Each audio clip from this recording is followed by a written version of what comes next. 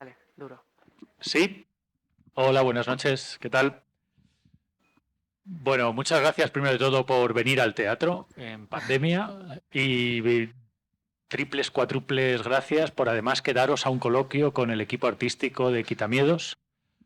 Yo soy Carlos Ladro, el director de La Abadía. Me acompaña Paloma Cortina, periodista cultural que lleva el escaso programa que la Radio Nacional dedica al teatro, ahora convertido en podcast, Dramedias, que es también una gran conocedora del trabajo de Culunca y a la que hemos invitado para que modere esta reunión. Y está Iñaki Ricarte, director y autor de la obra, y José Dault, que es uno de los miembros fundadores de Culunca, también actor en alguna de sus producciones. En esta en concreto ha sido el productor ejecutivo. Se ha encargado. Y Jesús y Luis nos acompañarán cuando se quiten las plumas. Muy bien. Y nada, yo no hago más que medir el tiempo. Muy bien, pues tic-tac, tic-tac. Hola, buenas noches, encantada de estar aquí con vosotros. Pues nada, yo realmente estoy aquí realmente para animaros a que preguntéis todo lo que os apetezca y para hacerlo como lo más ameno posible y ser un poco intermediaria. O sea que, por favor, mano alzada y venga de preguntar. Ya habéis visto la obra, como os ha dicho Carlos, Iñaki y José son como los creadores de esta pequeña fantasía, vamos a decir pequeña fantasía que hemos visto interpretada a Jesús y a Luis. Y que, no sé, quizá lo primero que diría es que, por hacer un poco de historia, no sé si conocéis a Culunca, a la compañía Culunca, pero ellos han hecho esta es la cuarta producción que hacen, han hecho dos producciones de máscaras que se llamaban André y Dorín y Solitudes, una cosa preciosísima, que han tenido un éxito brutal porque es que lo merecía, y luego hicieron otro de texto, otra que es la anterior a esta, si no me equivoco, ¿no? Edith Piaf, Taxidermia de un gorrión. Entonces, no sé si igual alguno ha venido pensando en que vería algo parecido a André y Dorín o a Solitudes, y de repente ha dicho, ostras, ¿y este ángel custodio y este muerto quiénes son? Bueno, pues es la firma de Culunca, también es esto de no saber de qué va a ir, si no te informas un poco antes. Con esto quiero decir que eso, que se han metido en esta aventura, esta cuarta producción, que además firma Iñaki y que yo ya sé de antemano que es un texto muy repensado, digamos, y muy trabajado porque hace 10 años que empezó en realidad a desarrollar esta idea. Yo voy a decirte esta idea que en realidad es un deseo de hablar de la muerte, pero de la vida y también del amor, ¿no? Algo así. La verdad es que se me hace raro hablar de las obras que hago, bueno, que hacemos, ¿no? El proceso de creación, por lo menos en mi caso, es muy inconsciente. Entonces, luego, este intento de racionalizarlo, siento que al hacerlo que lo traiciono un poco. Es verdad que hace 10 años que escribí el texto, que hace mucho. Hace unos 7 lo readapté un poco. Y desde entonces ha estado en un cajón que no ha estado del todo cerrado, mirándome de vez en cuando y buscando el momento para llevarlo a escena. Al contrario que con otras cosas que he escrito, este texto con el paso del tiempo me seguía interesando y bueno, pues José y Garbiñe, que son los miembros de Culunca, lo leyeron, les interesó la función y pensamos en hacerlo juntos, ¿no? Esa es un poco la historia. De una manera inconsciente se juntan ahí diferentes temas que yo pienso que me interesaban, ¿no? Por una parte, hablar del amor, hablar del desamor, hablar de cómo el amor entre las personas pensamos que es una cosa y realmente es otra. Hablar de la muerte, por supuesto. Siempre me han dado miedo los accidentes de tráfico y siempre... y la historia que me han contado, entre las que me han contado que más me ha tranquilizado es la de los ángeles de la guarda, ¿no? Entonces, mezclar esas dos cosas... recuerdo el momento en que pensé en mezclarlas y sentir que era un buen camino. Ese es uno de los pocos recuerdos que tengo con respecto al comienzo de la creación de todo esto, ¿no? Y luego, bueno, pues es verdad que la creación a veces es como reconstruir un puzzle con retales. En la vida tenemos un oficio en el que la vida que tiene un montón de cosas que no van a ningún sitio, puede rescatar esos momentos para construir algo con ellos, ¿no? Eso es algo que yo descubrí hace tiempo y que me resultó muy tranquilizador. Entonces, esta obra en realidad está hecha de un montón de retales, de pensamientos que uno tiene al hilo de cosas que luego no van a ningún sitio, ¿no? Pero que de repente un día ese vaso que está lleno de retales de la vida se desborda y empiezan a encajar las piezas, ¿no? Y aparece una nueva creación. Y este es el caso de Quitamiedos. Pero yo insisto en que no quería conscientemente hablar de nada. Y digo que me resulta incómodo hablar sobre las creaciones porque si pudiese hablar sobre ello no las escribiría, ¿no? Pienso que lo que quería decir es lo que habéis visto. Por eso lo hemos hecho, ¿no? Y porque parece que hay que justificarse cuando explicas lo que has hecho en puede ser. realidad. Yo voy a coger el micrófono, perdonad, para dárselo a José, que no sé si tiene, ¿no? Y así para que quede bien. No sé, en el momento en el que tengáis eso, algo que decir, dejadme que haga una mini preguntilla a José, que efectivamente falta Garbiñe Insausti para completar los Kulunka, es verdad, no la he nombrado, perdón. Le mando un beso desde aquí, por si acaso. En el momento en el que te da tu compañero, por el proceso creativo, digo, que tiene algo de interés, tu compañero te da el texto, está dándole vueltas, está que no sabe muy bien. Hola, Jesús. Jesús Barranco, aquí el ángel custodio que todos queremos tener. ¿O no? Ahora hablamos de esto entonces, ¿no? Bien, vale. Hola, Luis Moreno, ¿qué tal? Pues me pregunto, ¿no? A ti te llega ese texto, tienes que de alguna manera valorarlo, decirle, oye, que sí, y además aventurarte como compañía. O sea, y se dan como muchas cosas. ¿Qué ves? Que dices, venga, sí, yo creo que hay que montarlo. Bueno, cuando tuvimos la oportunidad de leer el texto, yo creo que fue amor a primera vista, ¿no? Enseguida, bueno, Garbi lo leyó primero, creo, y enseguida hubo un vínculo con el texto que, bueno, era un universo.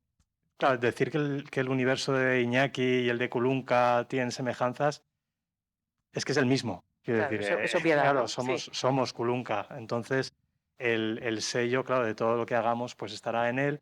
Lo que comentabas tú antes un poco de, claro, obras de texto, de máscaras. A nosotros nos gustaría que el sello sea la necesidad de contar las historias que nos enamoran, que nos ilusionan y que queremos compartir. Y luego hacerlas desde la artesanía, el compromiso, la honestidad de la que somos capaces y que tan generosamente a este tren se han sumado pues, dos personas con tanto recorrido como Luis y como Jesús, ¿no? Entonces, sobre todo nuestro afán es porque nuestro sello esté en el amor de lo que hacemos y cómo lo hacemos.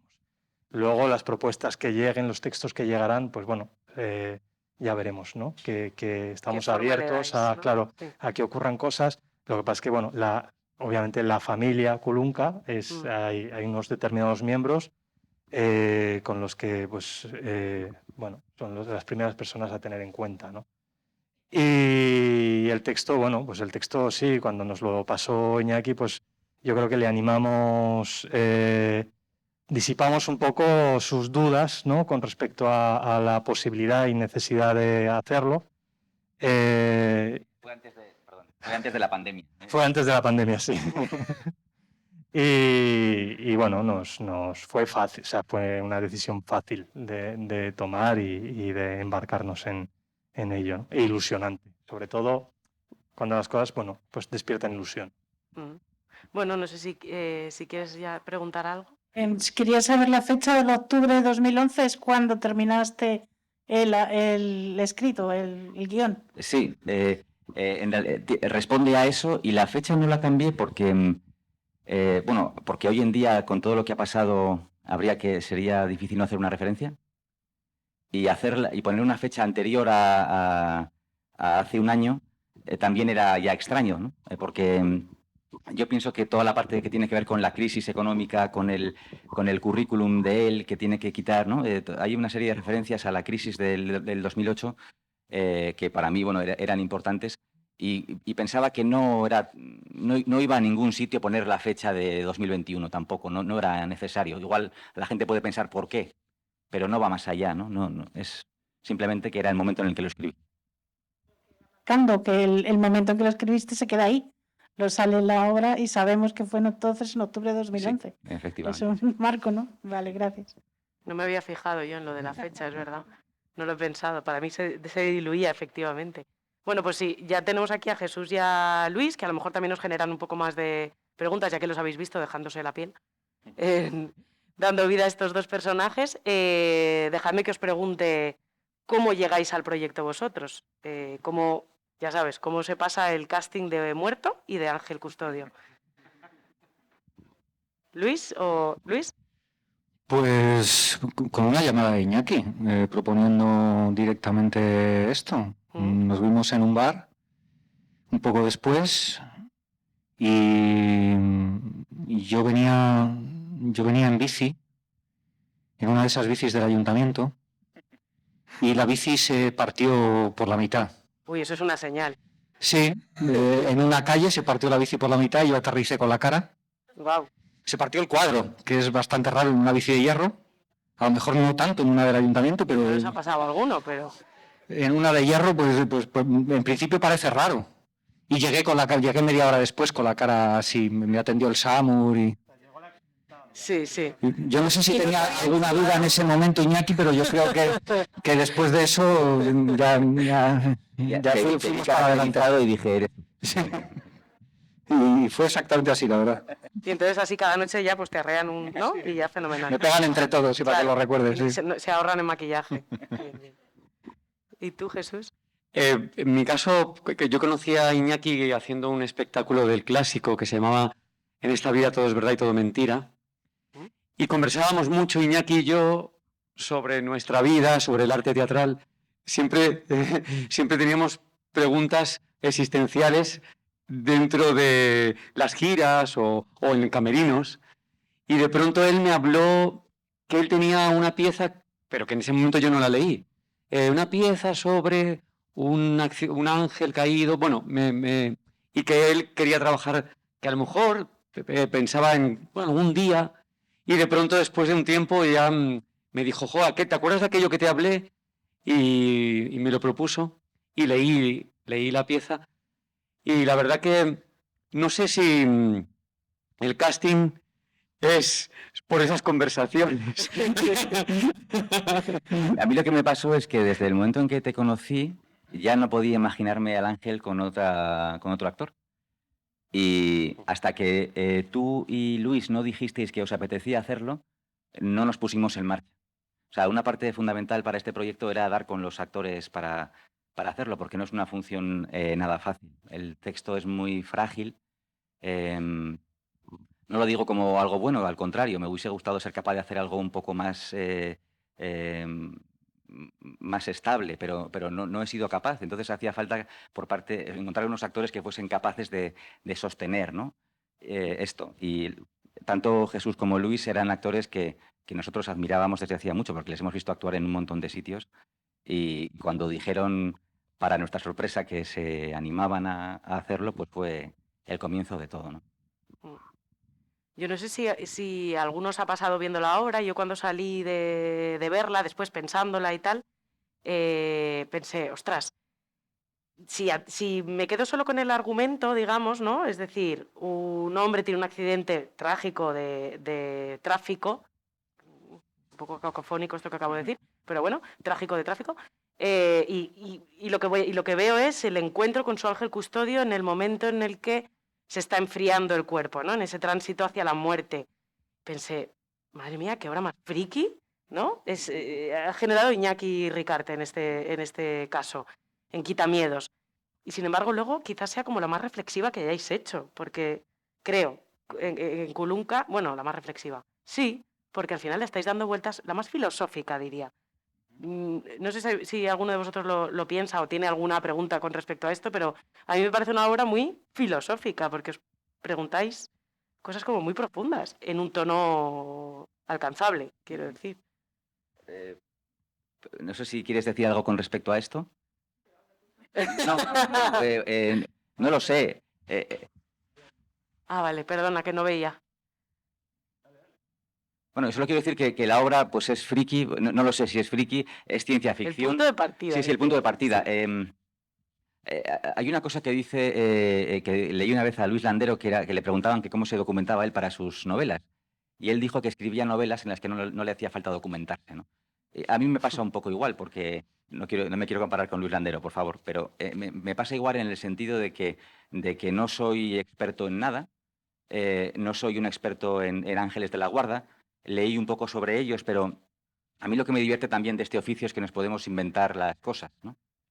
Y el ángel de la guarda y esta situación era una herramienta, porque yo más que un actor me siento, un dramaturgo, me siento actor, en realidad, ¿no? Pienso todo desde la escena y escribo para la escena, no escribo literatura. Y pensaba que la situación, el punto de partida era teatral, era interesante desde el punto de vista escénico, y es el motivo por el que empezamos ahí. Porque te quedas así como mirando, desde luego. Atento, en plan, ¿qué va a pasar aquí? Perdón. Mi pregunta iba un poco por lo que estaban hablando del casting, ¿no? De si desde un primer momento tenías claro quién iba a hacer cada personaje, o ha habido un proceso de probar los dos personajes, los dos. Incluso mientras veía la obra, había momentos que decías que es como casi un desdoblamiento, ¿no? Y he visto otras propuestas en las que incluso los actores, una función, lo hacían un personaje, iban cambiando. Si eso podría llegar a darse o, bueno, un poco hablar sobre el por qué cada actor, cada personaje y cómo habéis llegado a este reparto de cada uno. Bueno, originalmente pensé en Jesús para el ángel. Jesús se convirtió en el ángel y hacía falta encontrar al accidentado. Y entonces apareció Luis. Y, ¿cómo? Con la bici, eso es, apareció Claro. Luis y también era él. Y entonces no tiene ningún sentido cambiarlo porque ya eran cada uno. Pero es verdad que en el momento de hacer el casting yo pensé, bueno, se parecen mucho físicamente. Y esto es algo que yo no había pensado originalmente.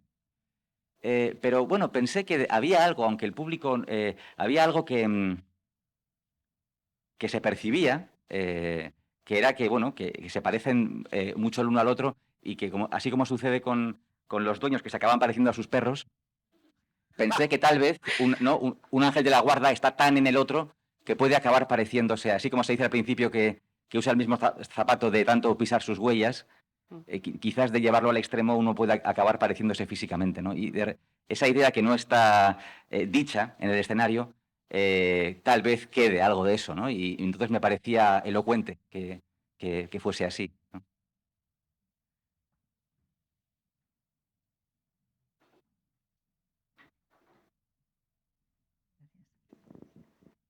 Es respecto a lo que planteabas del planteamiento filosófico. A mí me parece totalmente filosófico. Yo lo he interpretado como una visión mística del amor, ¿no? Lo que cuentas. Y en ese sentido me gustaría que nos dijeras tú y el ángel también el concepto de ángel caído. Bueno, ¿cuál es vuestra interpretación, ¿no? De ángel caído en ese contexto de amor místico, ¿no? Bueno, caído en el deseo. En realidad esto es un viaje de dos personajes, un personaje una persona que viaja hacia ser un ángel y un ángel que cae hasta ser un ser humano, ¿no? El que ha conocido el amor ideal ha caído en el deseo y en el amor, digamos, terrenal.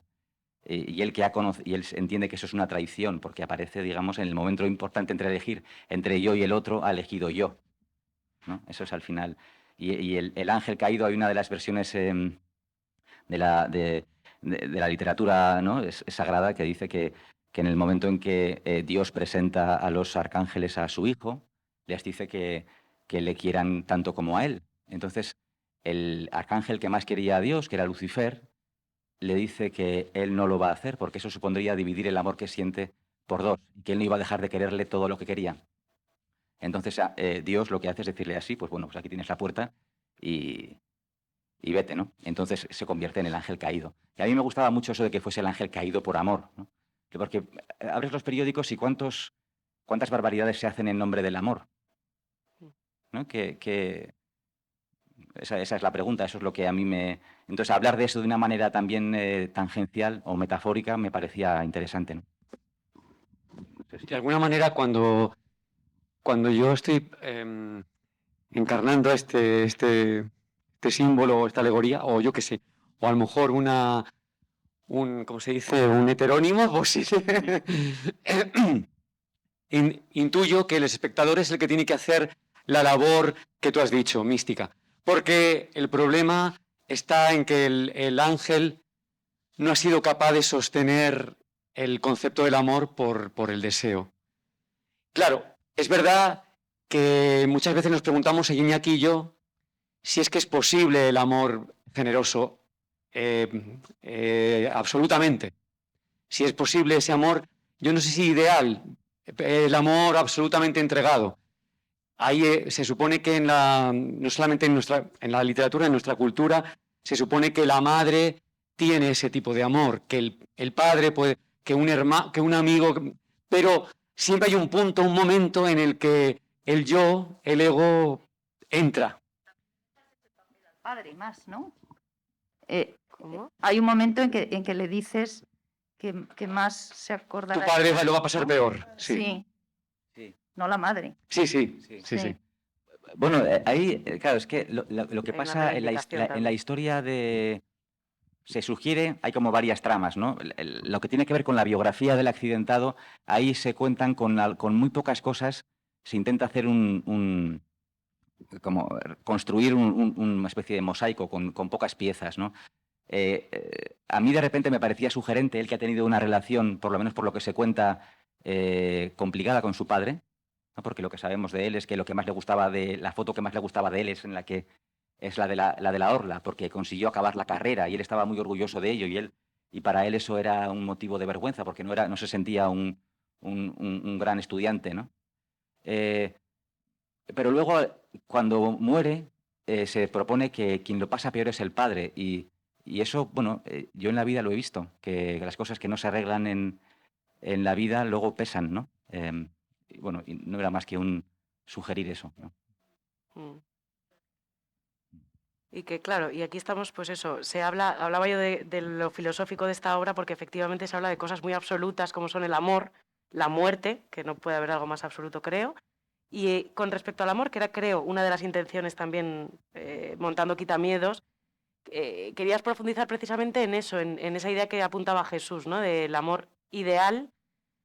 ¿Existe realmente el amor ideal o es más bien un amor imperfecto, ¿no? El que gastamos todos. Creo no que lo sé. amor ideal, ya se entiende que ideal pues no existe, ¿no? Claro.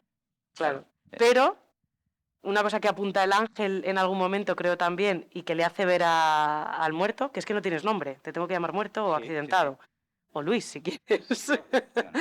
Es precisamente que el hecho de haber visto la idea, tipo Platón, ¿vale? De haber visto la idea de amor ideal, ya hace que, aunque sea imperfecto, por lo menos existas o quieras aspirar a ese amor 100%. No sé si es una movida que me he montado yo como espectadora, también bebiendo de lo que he visto, o es algo que queríais. Sí, bueno, en realidad lo que ha pasado en la biografía del accidentado es que él tenía una relación, pero que realmente se estropea porque el amor no era verdadero, ¿no? En el momento de la verdad, cada uno ha optado por sí mismo. Ella quería tener un hijo a toda costa, él quería que el hijo fuese suyo también, no porque ya le proponía, se dice en el texto, ¿no? Una fecundación in vitro, bueno, yo qué sé. Es una situación de la vida en la que una pareja puede estropearse, ¿no? Y si la pareja se estropea por eso, dices, realmente lo que había antes, ¿qué era?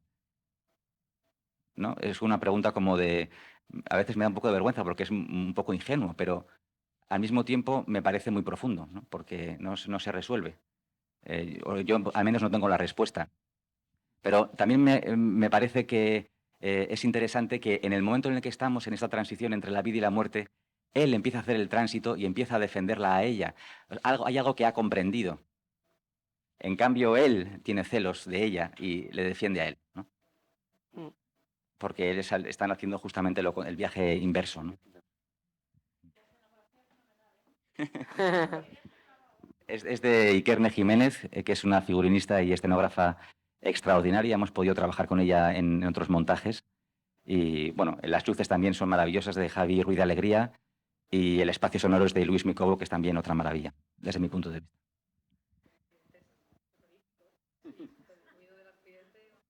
Si no os ha llamado Claro, la lo del atención. accidente, eso, mira, yo vi un espectáculo hace años de un montaje de Angélica Lidl en el que se oía un accidente de tráfico que me impactó, sí, me conmocionó, ¿no? Y yo creo que esa reminiscencia, eso, ha llegado hasta aquí, ¿no? Y a mí me parecía muy fértil mezclar esos dos mundos, una parte tan cruda como es la de un accidente de tráfico, y al mismo tiempo este mundo ingenuo, naif, de lo que imaginamos que puede ser Los Ángeles de la Guarda, ¿no? La mezcla de las dos cosas, yo pienso que tiene interés sobre el escenario. Una pregunta ahí. Un segundo, es que si no te ponemos el micrófono no se te escucha bien. Gracias. Buenas noches. Primero, muchísimas gracias porque me ha parecido una obra muy sorprendente. Aparte que yo no había leído algo de vuestro trabajo anterior y entonces como que venía con la idea de que iba a haber un espectáculo que no había visto. Pero a pesar de eso, cuando ha empezado la obra, me ha conmovido todo el sonido principal y el silencio y la escenografía a oscuras. Pero bueno, lo que quería deciros, sobre todo, gracias porque habéis sido capaces de filosofar con la insondable decisión del ser. Es decir, que con este juego del ángel y de poder reflexionar, es como que hay como esa posibilidad de que nunca se sabe, porque en este sentido que él ha escrito, que llegaban momentos que quería desaparecer, que quería suicidarse, no sé qué, y justo se muere cuando está deseando vivir en ese... Entonces me ha gustado esta posición que has montado, en ese sentido de que el ser humano somos muchos. No, era eso, muchísimas gracias. Era como una reflexión, más que una pregunta. Gracias a ti por la reflexión. Yo no sé si alguno también nos habrá pasado, pero hay otra cosa que me parece muy interesante de lo que plantea Iñaki con Jesús y con Luis en el escenario, que es ¿es nuestra vida la que nosotros vivimos o está también el que lo ve, que lo vive contigo, pero lo ve desde enfrente, y entonces es lo mismo lo que ha pasado o no? Es decir, las gráficas y los picos, ¿no?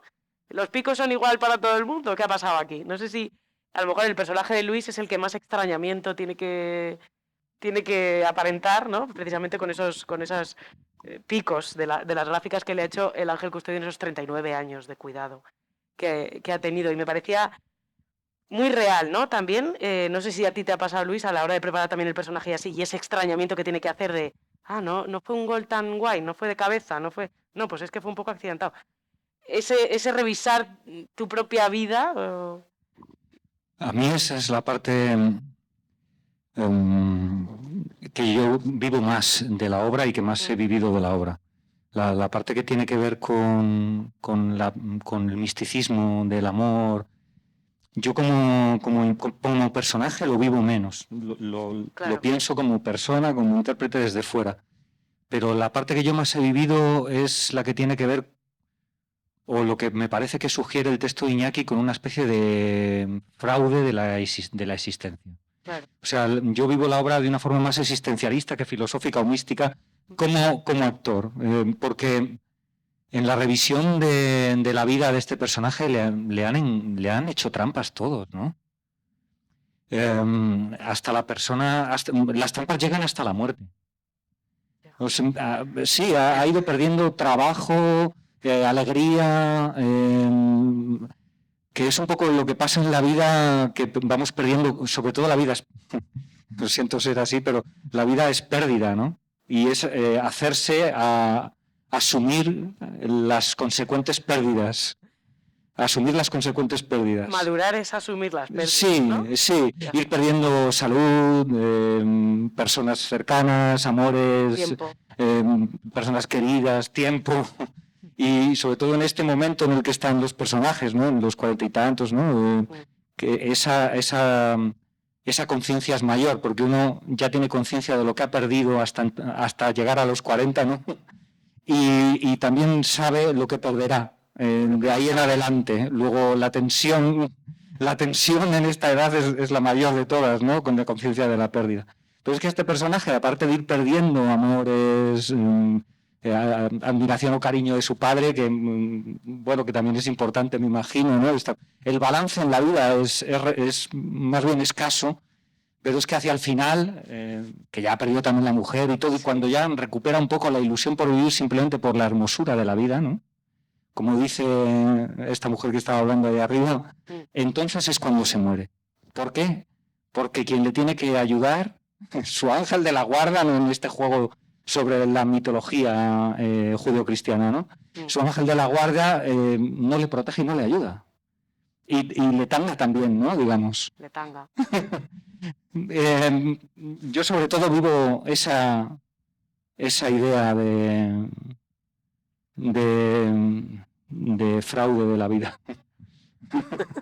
¿Tenías intención, Iñaki, de reflejar todo ese fraude de la vida también, de alguna manera? ¿O se te ha salido el personaje? El caso es que lo he hecho. No sé si... En el fondo da igual si quería hacerlo o no. Pero ahí está, ¿no? Hay una pregunta ahí. Pero es curioso, ¿eh? Claro, la visión que tienes de lo mismo, pues eso, al final es muy distinta, claro. Y luego, ¿qué es lo que hemos vivido, no? Si lo que hemos vivido es lo que recordamos, es lo que realmente fue, ¿qué es lo importante? ¿Qué es la verdad, lo que recordamos o lo que fue? Claro. No sé. O sea, el tema del relato, ¿no? El relato que hacemos de nuestra propia vida. A mí la frase esta de por eso se hacen gráficas, o sea, me parece que es bastante sentenciosa. Sí, es que ni siquiera sus recuerdos son fiables. Ya. Habla. Que no me oye. Ahora. Pues es que desde mi punto de vista de espectadora no capto lo del fraude. Fíjate que en el diálogo entre el ángel y el accidentado veo más bien como que el ángel es el otro yo, que el accidentado no ha sido capaz de percibir y el ángel le pone delante. Ojo, ojo, que cuando discutías con tu mujer era tal cosa, que cuando el gol era tal cosa. Es más el enfrentarse con la propia verdad del accidentado, la labor del ángel. Lo veo por ahí, no tanto como el engaño del... Es más como el desdoblamiento que apuntaban. Exactamente. Y otra cosa que me ha gustado mucho y se la aplaudo al autor es que cuando uno se va aparece un niño llorando. Es decir, la muerte, la vida ni se crea ni se destruye. Uno se va, pero aparece otro niño en el que va a continuar. Esa idea de la vida permanente me aporta esperanza y bonito. Bueno, hay un momento en que el ángel le dice, tal vez, cuando habla de sus problemas con la paternidad, cuando se da cuenta de que nunca podrá tener hijos, en un momento el ángel le dice, bueno, tal vez la muerte sea una segunda oportunidad, ¿no? Por eso pienso que la función, es desde luego que, bueno, yo no quise hacer un espectáculo pesimista, a pesar de que el final sea así de duro, ¿no? Es muy crudo el final, pero el final no es toda la obra. Creo que no invalida lo anterior, ¿no? Hola, buenas noches. Me gustaría preguntarle, sobre todo al accidentado y también al autor, la decisión la primera decisión de a la hora en la que el accidentado muere, ¿por qué habéis decidido o por qué no habéis decidido el hecho de que yo al menos, por ejemplo, si me fuera a morir y me encontrara con todo este panorama, igual me produciría miedo y estaría aterrado? ¿Por qué habéis decidido el hecho de presentar al accidentado como en tranquilidad o igual en un desconcierto, pero no en miedo a la muerte o a lo que está ocurriendo?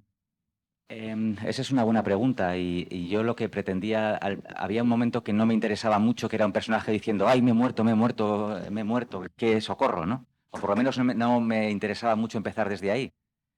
Por eso tenía muy presente una imagen de la que hemos hablado varias veces con Luis del 11S, de un ejecutivo lleno de tierra que sale con un sándwich y que está preocupado con las torres que acaban de caer, él absolutamente lleno de polvo, preocupado porque se le ha metido un poco de tierra en el sándwich, ¿no?